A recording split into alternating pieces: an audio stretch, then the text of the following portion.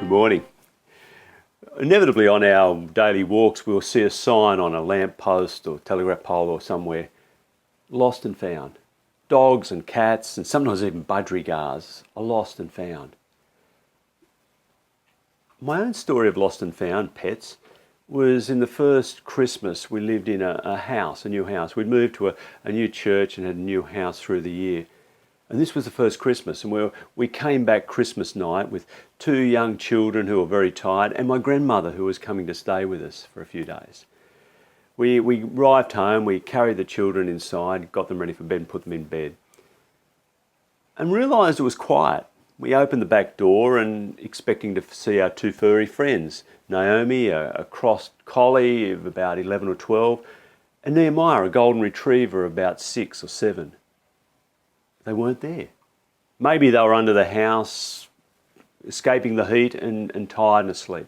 So we went out and we called, no response. We walked around the house looking and discovered the side gate hadn't been closed properly and was now wide open.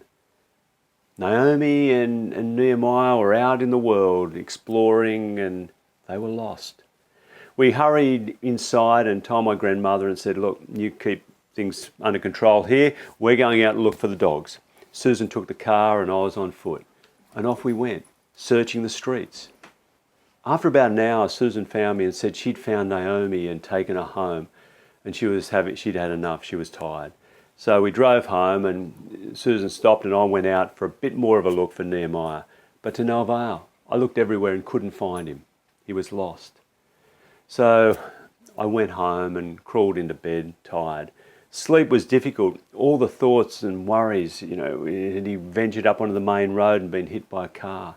Had he walked into the bush and fallen down something or other, embankment, or broken a leg or something, caught in something?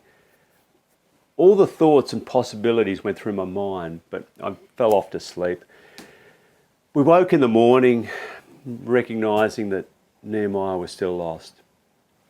Sad and prepared to get ready and go out and look once more to see where he might be if he's still wandering. Susan opened the front door and nearly tripped over a golden retriever lying on our doormat. It was Nehemiah. He'd come home. He was asleep and we woke him up and brought him inside. He had a long drink and then collapsed into the corner dead tired. We don't know where he'd been or what he'd done, but we assumed it must have involved. But in thinking about it, I don't know inside a dog's mind and I can't read their sense of being lost. Do the dogs have any sense of being lost? Was it just one big adventure for them? They were walking the streets, searching the place, looking around. Streets that they'd walked, other places. Did they have any sense of being lost? Or were they only lost in our minds? This week, in the middle of the Christmas season, Christmas, the 12 days, goes for another week or so. But Christmas Day has come and gone and has been lost in Boxing Day tests and City to Surf and now the looming New Year's Eve celebrations and fireworks. And the hopes that the new year might bring for many people. Pushing aside, it's a line in the sand, pushing aside the old year with all the stuff that's happened and hoping for a new year that's positive. This mythical, magical time. But Christmas has been lost and within it, the baby in the manger, the Christ child born, and the hopes of, transformation, change, something in the world that was different. It's come and gone. I always feel a sense of lostness in this space. Peace from just taking a deep breath after the busyness of the end of the year. But lost, caught in the midst of a story that hasn't ended but seems to have been pushed aside. And as I come to Luke's story of Jesus this week, it's an odd reading really. The baby in the manger is kind of left behind and we're dealt with a boy who's of age or turning of age in the Jewish sense. He and his family have travelled with relatives and friends to celebrate Passover in Jerusalem. And after the celebrations, they're on their way home in the caravan of friends and family and so on. And they travel a day, and the parents believe that Jesus is up there with his cousins and siblings and others. And when they stop at the end of the day, they search for him and they can't find him anywhere. He's lost. They panic, they're afraid, and they turn around and head back to Jerusalem. And they search for Jesus in Jerusalem. And on the third day, do you get that reference? The reference that will come at the end of the story, 3 days before resurrection. On the third day, they find him in the temple, talking with elders and leaders, asking questions and confounding people with his own answers.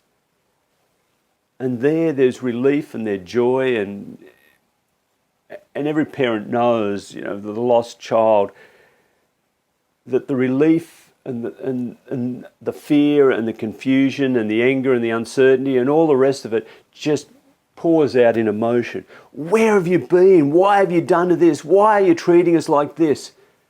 And the young Jesus is confused, puzzled. What do you mean? Why wouldn't you think to look for me in my Father's house? And then they're confused. And the story ends, this whole section of Jesus' early life ends with Mary saying she's amazed. She holds all these things in her heart and is amazed at this boy who grows in wisdom with God and in favour with humans. But the stories of lostness flow through Luke's gospel. Later on there'll be stories of a lost sheep, a lost coin, and a lost son. The prodigal son who goes out into the world to discover his own freedom and explore and try out the world, but who discovers he's actually lost, and that home, the place he didn't want to be, is where he belongs. And his father welcomes him there, and he finds himself found. In a world that for me is lost in the politics of greed and power and might and violence, of producing weapons of mass destruction that hurt the world and hurt people. A world that's lost in violence, in conflicts, in global warming, and we don't know what to do, or we don't have the will to really respond in the way we need to. A world in which the Christmas story promises hope, but a baby in a manger seems too sentimental and simple and is quickly overlooked. I feel lost in this world and lost in this story. Have I missed the story? Have we missed the story? The story of God breaking in and promising a new way in the world. This Jesus who, as a young child or as a near teenager, recognises the reign of God. But his parents, who are religious and zealous for religion, seem lost. They've missed the point. And this is where I find myself, the tension of Christmas. The promise of this story and the reality of God breaking into life, to human life, day in, day out.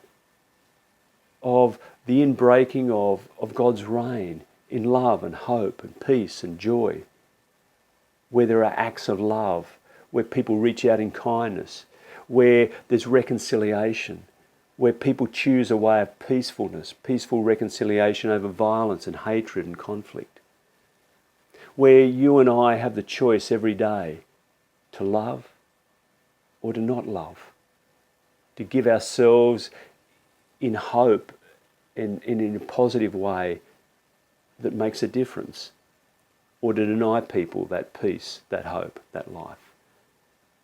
This is Christmas.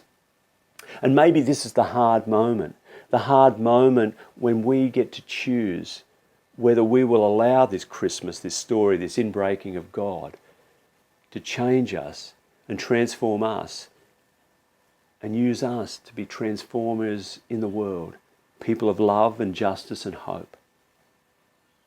The work of Christmas really begins now. And as we look forward to a new year, will we take this hope, this power, this promise of Christmas and make it real in our lives and the life of our world throughout the year ahead? Amen.